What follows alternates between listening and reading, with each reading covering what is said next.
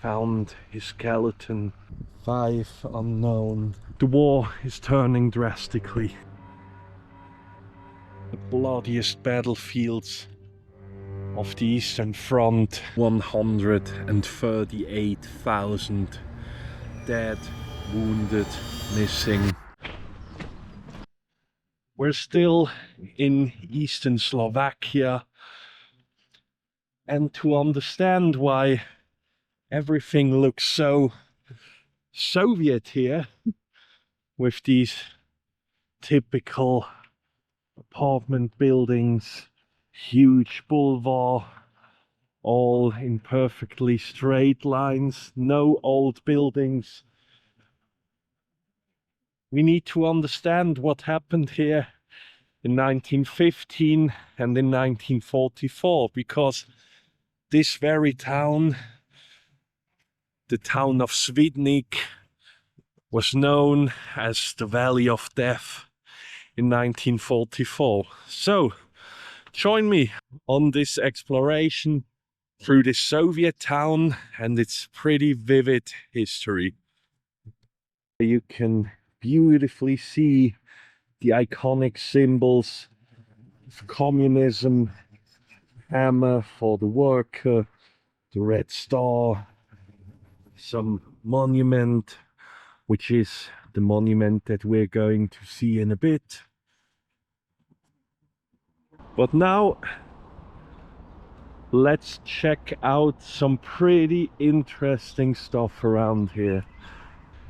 To understand the context of this very town, we need to go back in time step by step, because the battles that took place here in 1944, at the end of 1944, they took place on the exact same spot where the World War I Eastern Front ran along. So you can already see there's lots of history to uncover in this area. So stay tuned. Behind this Soviet building, you can already see what we're after, because there's some sort of outdoor museum with many Soviet vehicles, cannons, and so on. Let's check it out.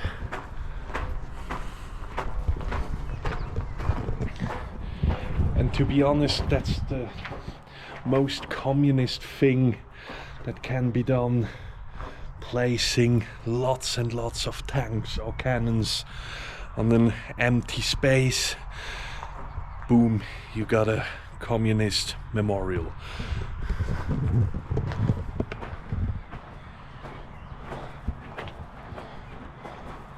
Why was this town called the Valley of Death? And what does it have to do with World War I and World War II? Well, we're situated pretty close to the Polish border, still the Carpathian mountains. It's a huge mountain range that stretches from the Czech Republic all the way down through Slovakia, Ukraine, Romania, till it ends somewhere around Romania. And this part of this mountain range formed the border between Austria, Hungary and the Russian Empire, so therefore it always has been a quite contested area. Well, the border between nowadays Slovakia and Poland is located on the Dukla Pass, as I said, just a few kilometers from here. Back in 1915, even 2 armies failed to take this mountain pass, and this exact situation almost repeated itself in 1944. To start off with World War I, in December 1914, The Russian army had just swept through Galicia, which is nowadays western Ukraine and eastern Poland, and they had taken the city of Lemberg, which is nowadays known as Lviv in western Ukraine. Their goal was to break through into the Hungarian plain and knock Austria-Hungary out of the war. Down in the San Valley there were the massive Austro-Hungarian fortresses of Przemysl, and this fortress town was surrounded by the Russian army. 160,000 men of the Austro-Hungarian army were trapped inside. The Austrian chief of staff, Konrad von Hötzendorf, had an idea to relieve his troops and to push with them through the Carpathians. They called it the Carpathian Winter War, and this name is pretty much an understatement, because this war there was a total catastrophe. The Russian offensive began in December 1915 at the Dukla Pass, that we're going to have a look at, and the Austrians attacked just a few days later. What followed was months of attrition, brutal trench warfare, and no gain of ground really. The trenches up there were blasted into frozen earth, frozen rock, and the situation for both armies were quite severe, so that even many of them died of the winter cold and not of enemy fire. To make a long story short, up on the Dukla Pass, the Russians took the front, but they couldn't exploit it, because in May 1915 the Germans launched the offensive on the Gorlice-Tarnów front, and the entire Russian position in the Carpathians, they were practically unraveled. 29 years later, this very area became one of the bloodiest battlefields of the Eastern Front, and that's basically what this video is all about. Here you can see the Soviet memorial dedicated to the soldiers that fell here on the Dukla Pass in winter 1944. Because, as you know, history doesn't repeat itself, but it often rhymes, and so it happened that pretty much the same forces as in 1915 fought against each other again in 1944. So it commemorates the Soviet and Czechoslovak forces that fought against the Germans, which entrenched themselves together with Hungarian and some Romanian forces in the hills around here and on the Dukla Pass just behind.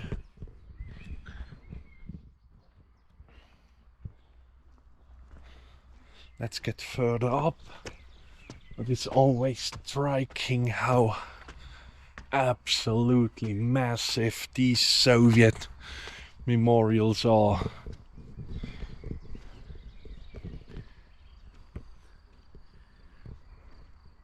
Here you can see the victorious Red Army after they pushed back and defeated the Germans in 1944 45 in this area.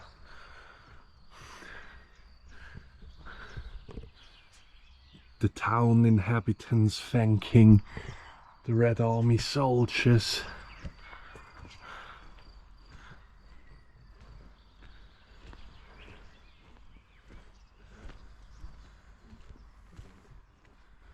And here the partisans shaking hands with the Red Army soldiers. Impressive.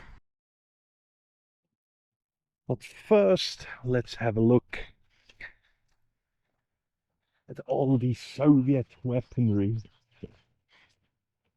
This is a recovery vehicle on the chassis of a T-34, the iconic Soviet tank.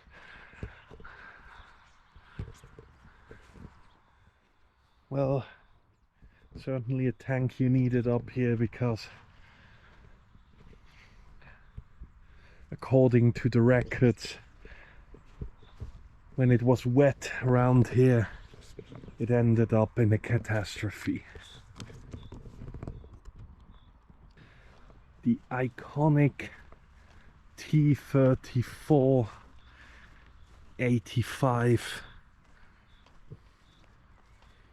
the most built tank of World War One, the most built tank of World War Two. An approximate 50,000 pieces of it were produced during wartime, and even with the production after war, around 80,000. So the pretty much most produced tank ever during that time.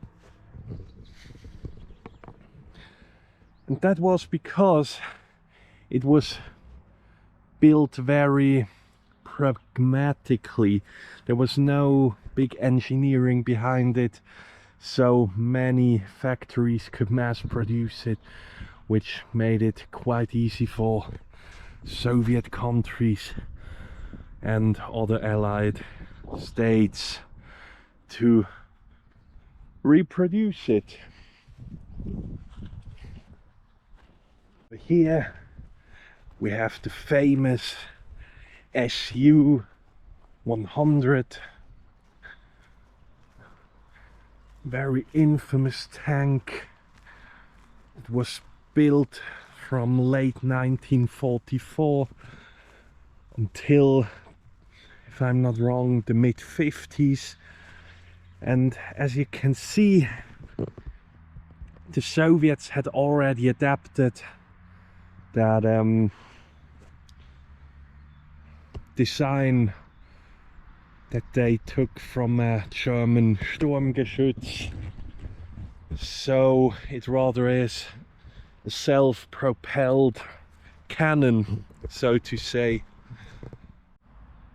If I'm not totally wrong, this could be a variation of the German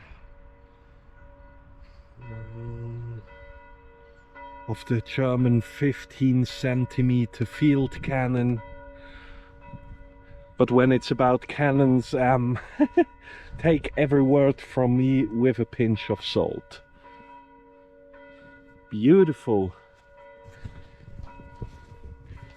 Because up here the Germans were, well, how to say, of course they had cannons, they had tanks, mostly Panzer IV, some Tigers, but their most innovative tanks, like the King Tiger or the Ferdinand, they were in service somewhere else. So,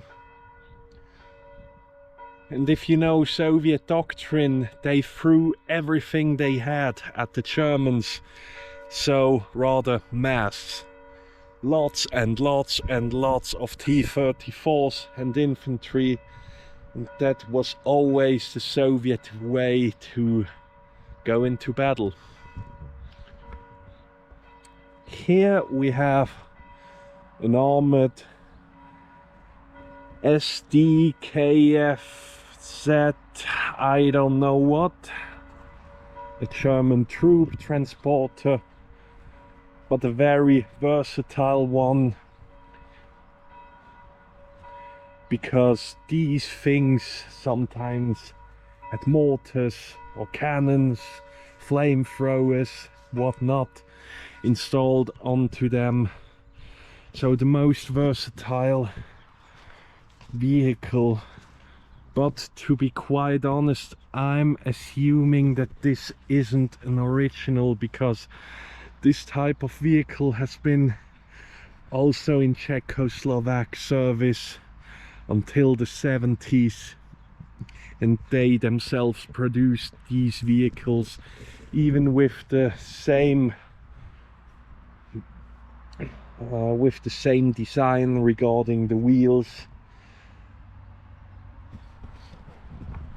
But I'm not an expert on that.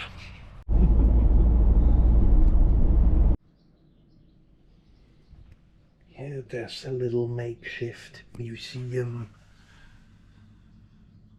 Lock of a Mosin Nagant, belt buckles, German bayonets, Soviet pistol, grenade shells, stripper clips.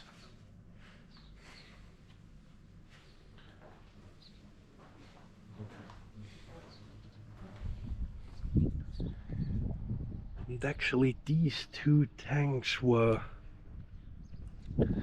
recovered, restored from the battlefield. They were put here in 1969.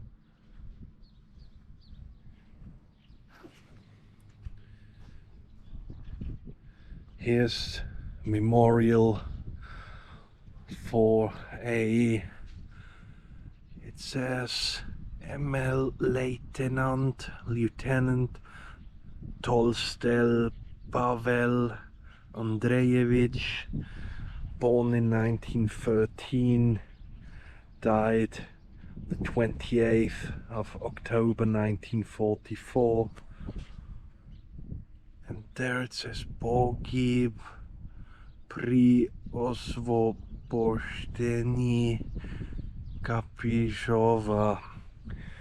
I don't think that I nailed the pronunciation, but there's a rather sad story.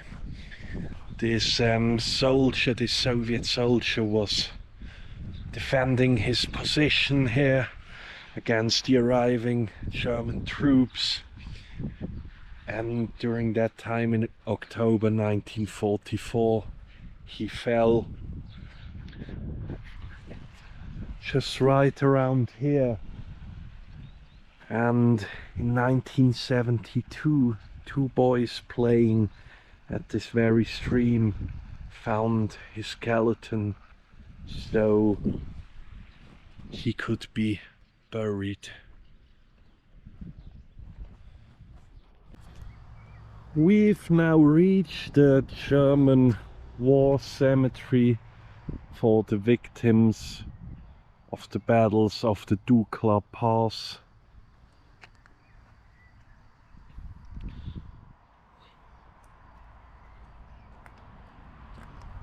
We're not gonna be needing too many comments on that.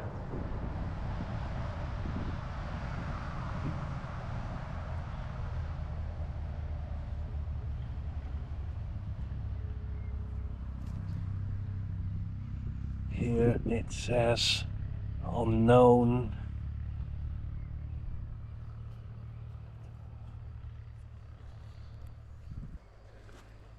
This inscription simply says 4 unknown German soldiers. The same here.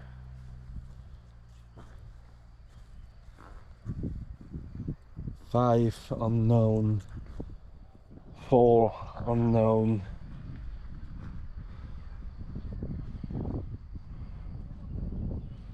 4 unknown.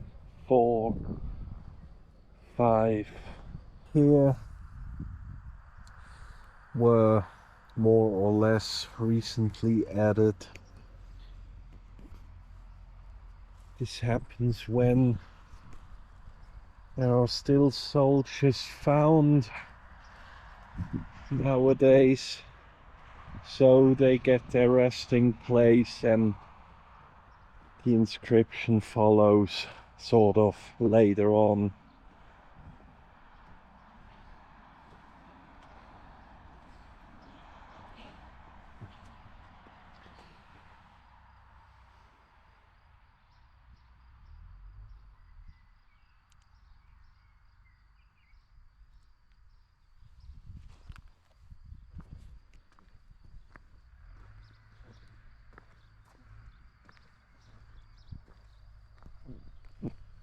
Just like here.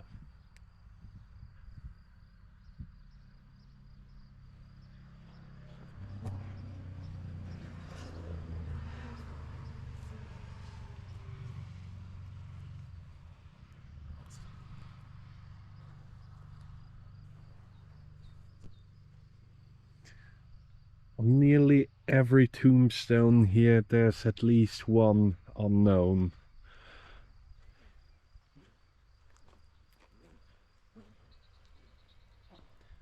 What a sad place.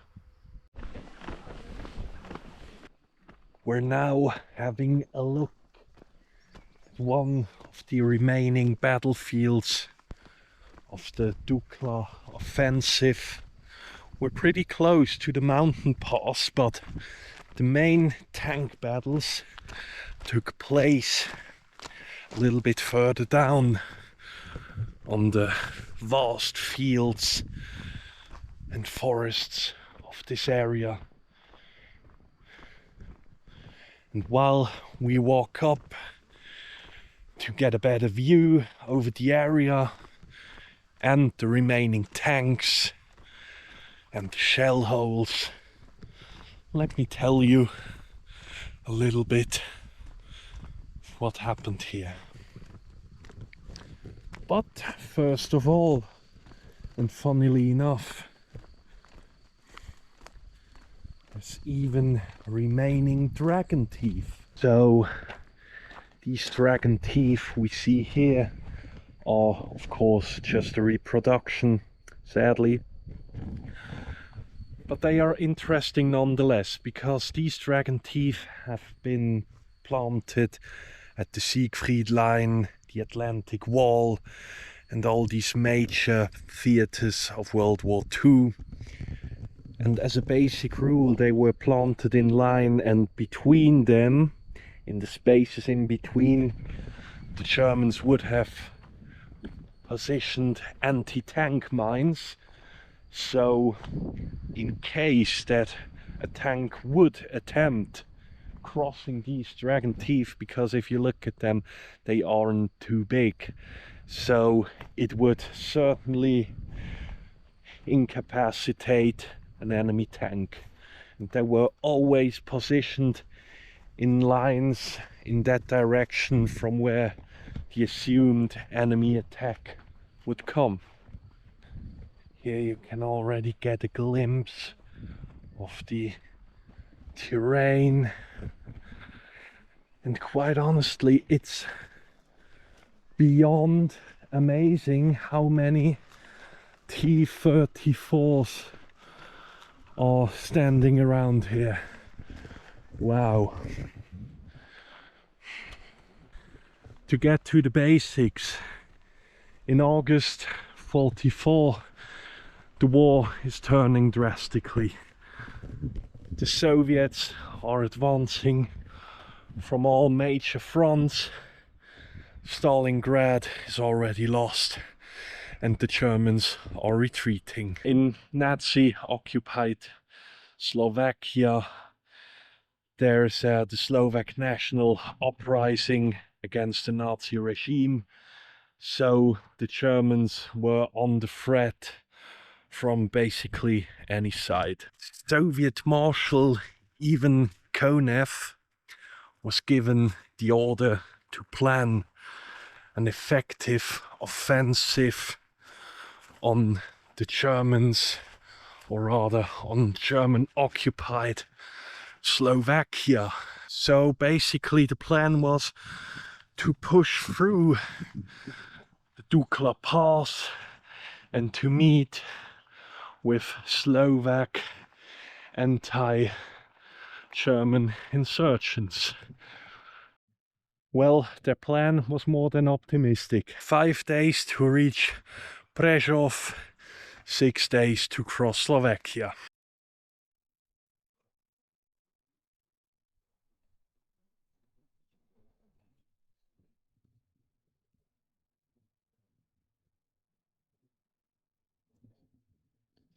But what they couldn't foresee, it would take around 50 days just to reach the town of Svidnik.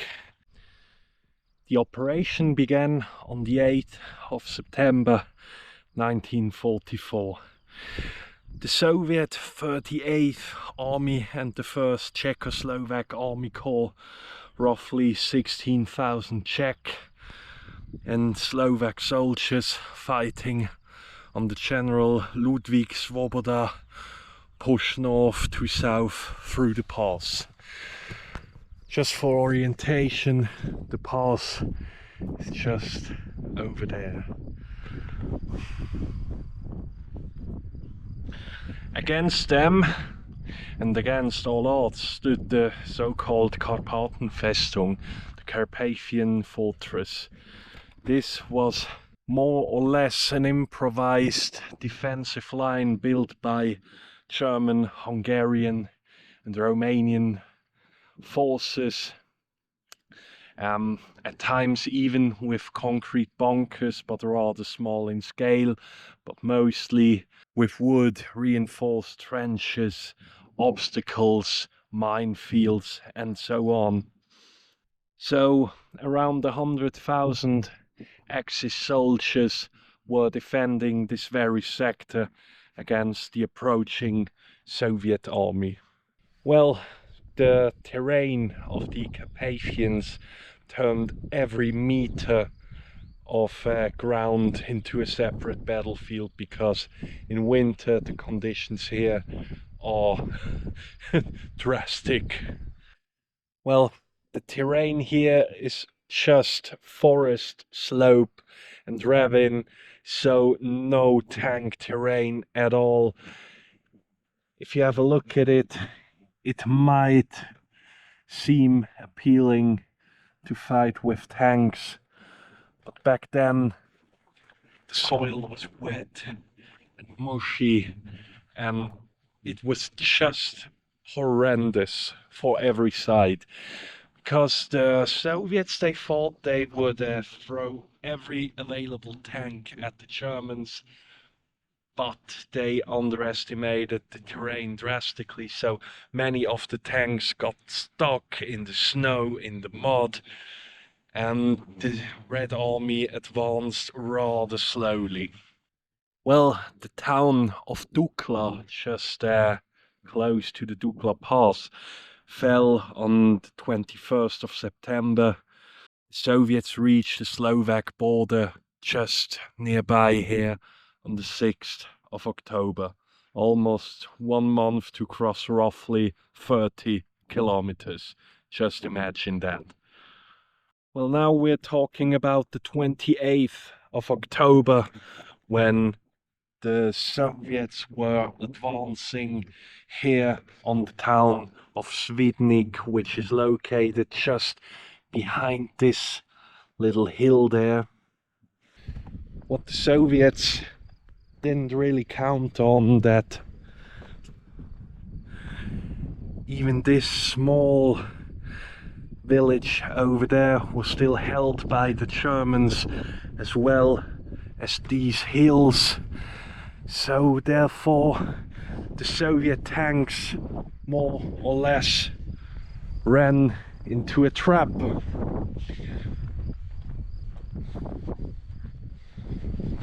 But despite the massive battles that took place here in late October, 1944, Soviet troops arrived in the town of Svidnik, which by that time had almost been completely destroyed by the artillery shellings, the tanks firing, and so on. Well, if we look at the final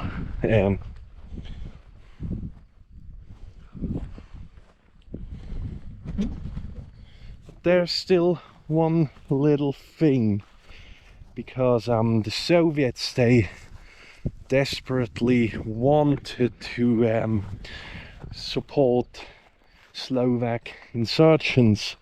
They wanted to support the Slovak national uprising, which had anyways already been crushed by the Germans. So many historians ask themselves, was the Soviet delay of reaching this area and Slovakia in general, was it deliberately? Well, nobody can really say for certain, but just imagine the Slovaks being pushed down by the Germans, their uprising broken, and all of a sudden the Red Army appears and liberates them. Who knows?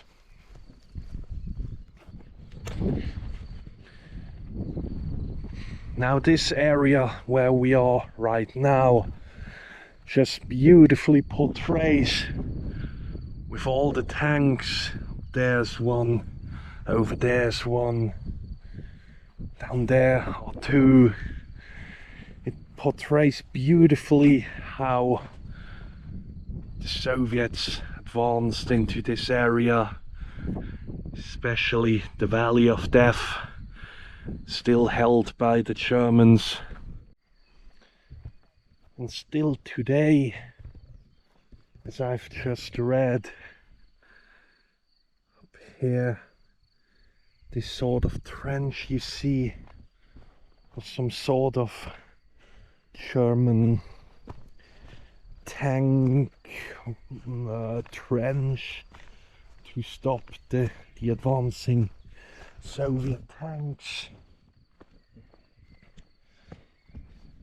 And remember when I told you about the dragon teeth, and also thinking about all these countless shells that have been fired up here after the war.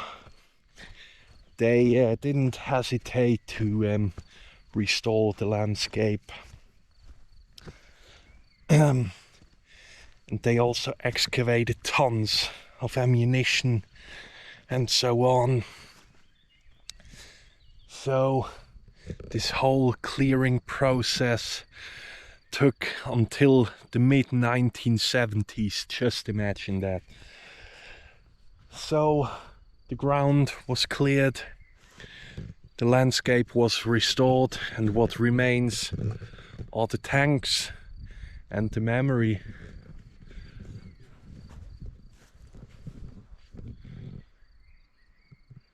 Here's some small trench section.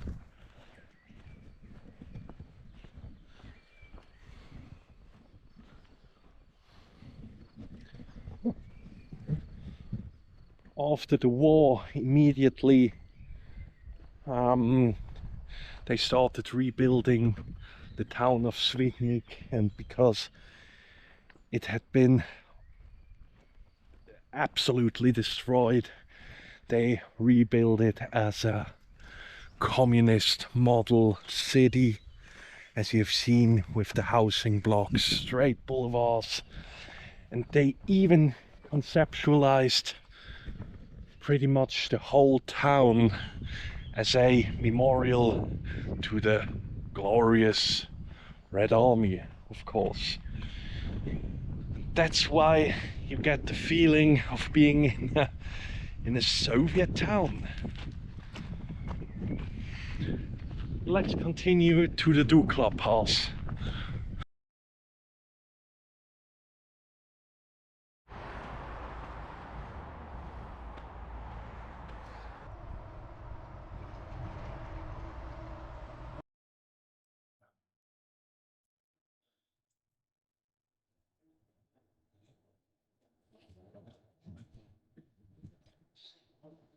I'm now at the Slovak Memorial, which is located just on the Dukla Pass, just a few meters away from the Polish border. And let's conclude today's video on this war-torn spot of Earth. This very place that has seen so much pain and sorrow and death. I've even been walking through these forests around here, but, well, sadly, apart from a few depressions in the ground, there's nothing left to be found. Well, talking about these awful battles here in the borderlands on nowadays Slovakian ground, talking about the victims depends on what source you use. Conservative estimates point at around 70,000 dead on both sides. Other estimates drawing from post-war and also post-communism estimates put a total of only Allied casualties at close to 138,000 dead, wounded, missing. The first Czechoslovak army corps lost approximately 1,700 and 6,100 wounded, and of nearly 2,000 Czechoslovak soldiers who died here as of 2024, over 600 remain without a name on any memorial. When it goes for the victims of World War I, which ironically was fought exactly here, I mean, if you look at the historic trench maps, they literally ran across here where this memorial is situated. We don't have any solid numbers, like so often with these forgotten battlefields, because the Russian army back then, the Imperial Russian army, they weren't that... They didn't take statistics too seriously when it was about writing down the numbers.